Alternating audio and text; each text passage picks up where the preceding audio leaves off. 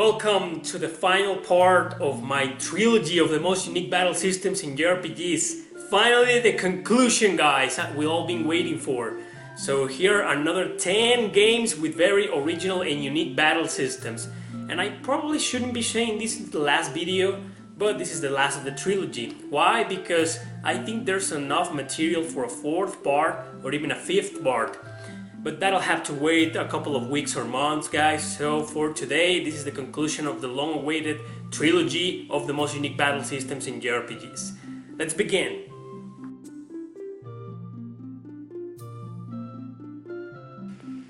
Starting off on the top is Legend of Legaia. This is a cult classic RPG with a turn-based battle system that goes like this. It involves the use of your D-pad or directional buttons, something that's mostly unique since most games only use it to move characters or navigate through menus. In Legend of Legaia, it's not exactly different, but it is actually by using them that you choose your battle commands, later being able to create combos or special attacks. You've got your classic commands such as using items, attacking with the use of more directional buttons, and there's the Spirit, which you use for defending, helping you increase the attack gauge, which means more combos on your next turn. The command on the right directional button is for special attacks, which are really awesome and can change the battle tide in your favor. You know, for its time, this was somewhat innovative. I believe the originality here helped influence some other great titles that came afterwards, but still, it stays on number 10 for a good reason. It might be unique, but not as much as some others on this list.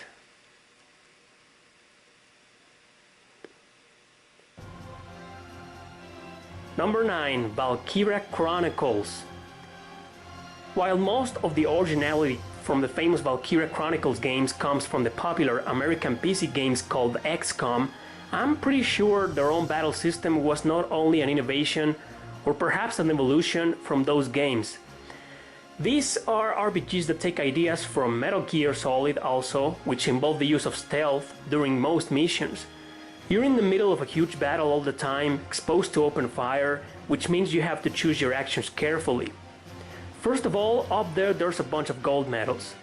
They represent the number of turns you have available. You can waste all of them in one single character, but that's just stupid. The strategy value of this maneuvering is to little by little approach most of your characters to your enemies in order to attack, or through their flags to capture their bases. In those same turns you can go and take cover to reduce damage from the enemies if they decide to attack you, because they also have their own gold medals and therefore their own set of turns. In the overall map with aerial view, you can see the position of all your units. This is also where you choose who to use next or which orders to give with your commander, all of them being one positive status effect for the party. As you can see, each character has their own movement bar at the bottom of the screen. In each turn you use for them, the bar is reduced. In Valkyria Chronicles 2 is exactly the same battle system, but adapted for a portable console. You know, there's actually a whole lot more to explain, but I think I've covered the basics, and I don't plan on spending the entire video talking about Valkyria Chronicles. So yeah, let's move on to the next game. Number 8, Enchanted Arms. The battle system in Enchanted Arms is very unique, but also very easy to explain. Up to 4 of your characters are positioned in this chess-like board, where you can move them within their possible range and accommodate them in sort of like a press turn system, choosing all your actions first and executing them at the end of the turn. Now, some heavy strategy elements are involved here. For example, the distance from your side of the stage and the enemy's position is absolutely crucial for making your attacks work efficiently. Some attacks have a small attack range, while some others have a huge one, as you saw. So choosing carefully all of your movements and actions through this 12 square board is the key to success, because sometimes, if chosen right, you can wipe out your enemies in one single turn. This game's very easy most of the time, except from some challenging battles, boss battles specifically, where you also need to apply the use of your head. Number 7, Vagrant Story. another cult classic. This time it's an action RPG. This battle system was originally created in Parasite Eve, where you bring out a sphere which shows your attack range, stopping time to choose your actions. Where to hit on your enemies is the key to winning because they all have weak and strong points, so you always need to try to fail first to be able to succeed in battle. Your enemy also uses the same outlet, but you obviously never see it. These attacks occur only in a battle mode where it's impossible to see everyone's attack waiting bar, so actions may be consecutive every now and then. There are enemies that have several parts that you can attack, as you can see right here, but there are also others that only have one. Yup, equipping items is almost crucial in this game, in order to protect different parts of your body against your enemies. There's also the use of magic involved, which you can use to boost yourself up or bring out special attacks or magic spells. As you can see, you need to assign each spell for each button of your controller, which I found to be quite cool. So in the end, this battle system may not be that original anymore, but for its time, along with the one in Parasite Eve, it was quite unique and innovative.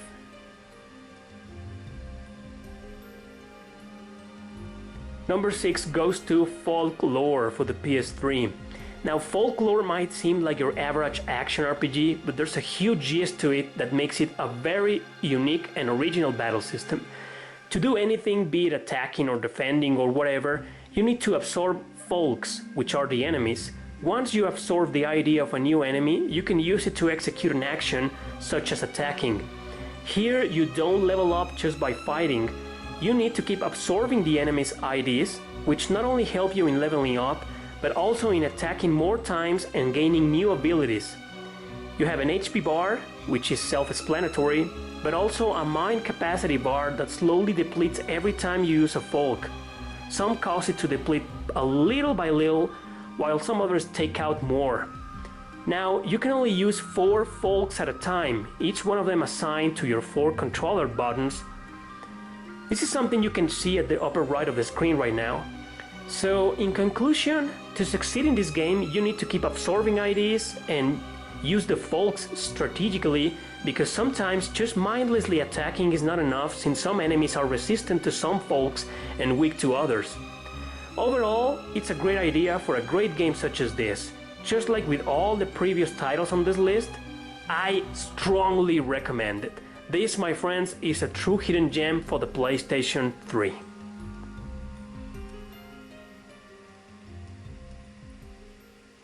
Number 5. The World Ends With You.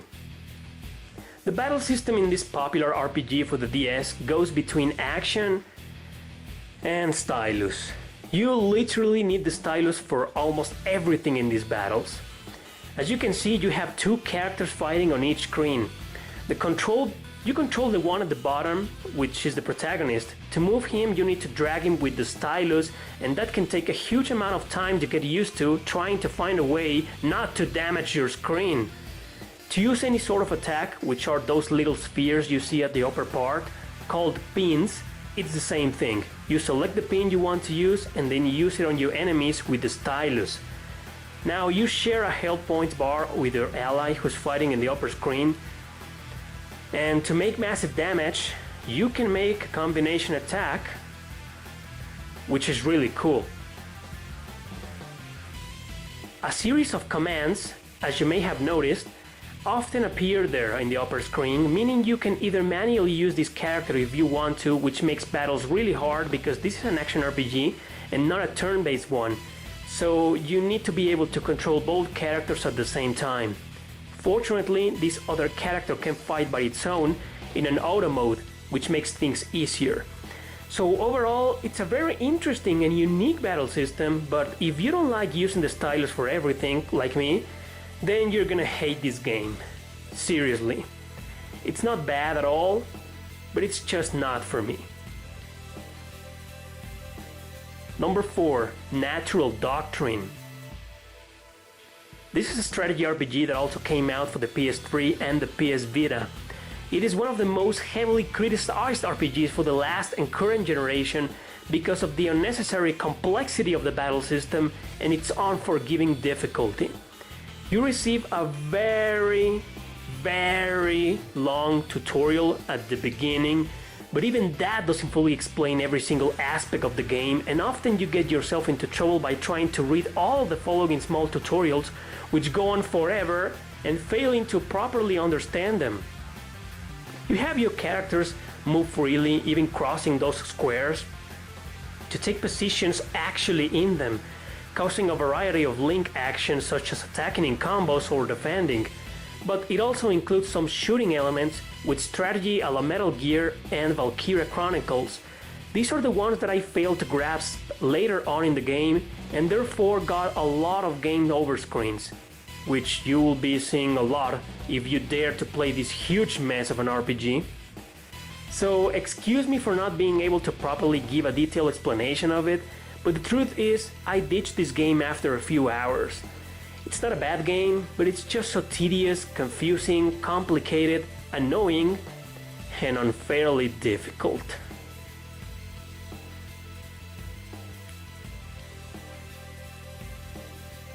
Number 3. Infinite Space. What did I say before? Tedious, confusing, and all that jazz? Well, tedious, yes. Confusing, not really. Infinite Space is a hidden gem because of its story, in my opinion, but it has one of the most boring battle systems I've ever played in my life. You battle other ships with yours in a real-time strategy that revolves around turns. You also get a tutorial at the beginning, so pay close attention to it. To do pretty much anything, you need to wait for that bar on the left of the upper screen to fill up. The colors mean those commands you've got in the lower screen. As explained in the tutorial, each one works as a triangle and is strong or weak against the other. At the same time, while you battle by using these commands, you can move your ship to get a better angle for attacking, dodging, or simply to stand by. Back and forward are those options you've got for maneuvering your ship in a tactical involvement. The problem is those battle animations and camera angles. They're just too slow. And since the whole point of the game revolves around your spaceship by customizing it and all that jazz, it can be very boring and tedious if you're not into those sorts of things. So I will only recommend this game to those who like that kind of stuff. Definitely.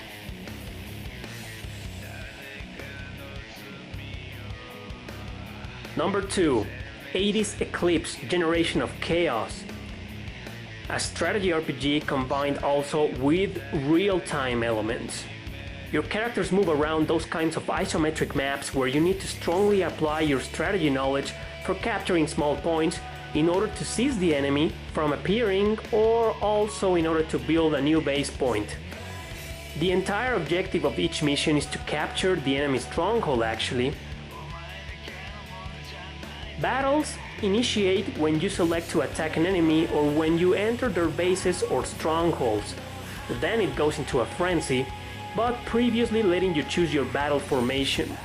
You control your character leader and they control the generic units fighting by your side, so there's obviously tons of army customization, which is the key to winning battles since this game, yes, you guessed it, is very hard. During battle, your character leaders can use their special skills. Only one per battle though, which obviously causes massive damage and can turn the tide of battle in your favor, because once it starts, you barely have any control over it. So it's always best to be very prepared once these real-time battles begin. The gameplay mechanics are exactly what make the battle system, which seems a little simple, more complicated than necessary. So it's a really good game, but I will only recommend this to hardcore fans of strategy RPGs. Finally, on the first place, one of the most original, revolutionary and important battle systems in the history of RPGs. And that is the Fire Emblem franchise. everybody, almost everybody knows how this franchise works, how its extremely original battle system heavily influenced many games from past and present generations, especially strategy RPGs. You might think they aren't that old because the first Fire Emblem titles that came to us were for the Game Boy Advance, but this is a series that began with the very unique battle system in 1990 for the Famicom. But we're not here to talk about its history, only to praise its value for being, in my opinion, the most influential strategy RPG franchise of all time. That battle system in which you move in squares with your whole bunch of characters, which can vary between 8 to 16 or sometimes even more per mission. All of them being of a job class such as heroes, fighters, thieves, myrmidons, healers, cavaliers, etc. Always a huge variety of them. The RNG system is what gave Fire Emblem its strong popularity, sometimes famous for using hit percentages to predict the outcome of the battle, sometimes infamous for being so unpredictable and unfair, ironically. The weapon triangle system, yeah, that in which sword is strong against axe, axe is strong against lance, and lance is strong against sword, each being weak to the previous one, is legendary, and it heavily influenced many other RPGs in general. I could go on forever, but I think I've made my point. It is obviously not that unique nowadays because some of its battle mechanics have been reused by tons of other games, but this was the beginning of that fashion, and therefore it stays on the first place of my top 10. Okay guys, this is the end. We've reached the end of this video and the trilogy that I was talking about. Thank you so much for accompanying me on this journey in this trilogy, in this amazing 3-part video where we saw 30 of the most unique battle systems in JRPGs. It was awesome guys spending this time with you. It's always awesome to discuss these things with you in the comment section below. And well, once again, I want to thank you for your support. Thanks for watching. And thanks for sharing these videos, thanks for bringing out more subscribers to my channel. Overall, thank you for supporting this channel all this time, and because it really helps me to grow up as a YouTuber and also as a writer. So thanks for watching, don't forget to subscribe and share this video with your friends. Thank you guys, see you next time.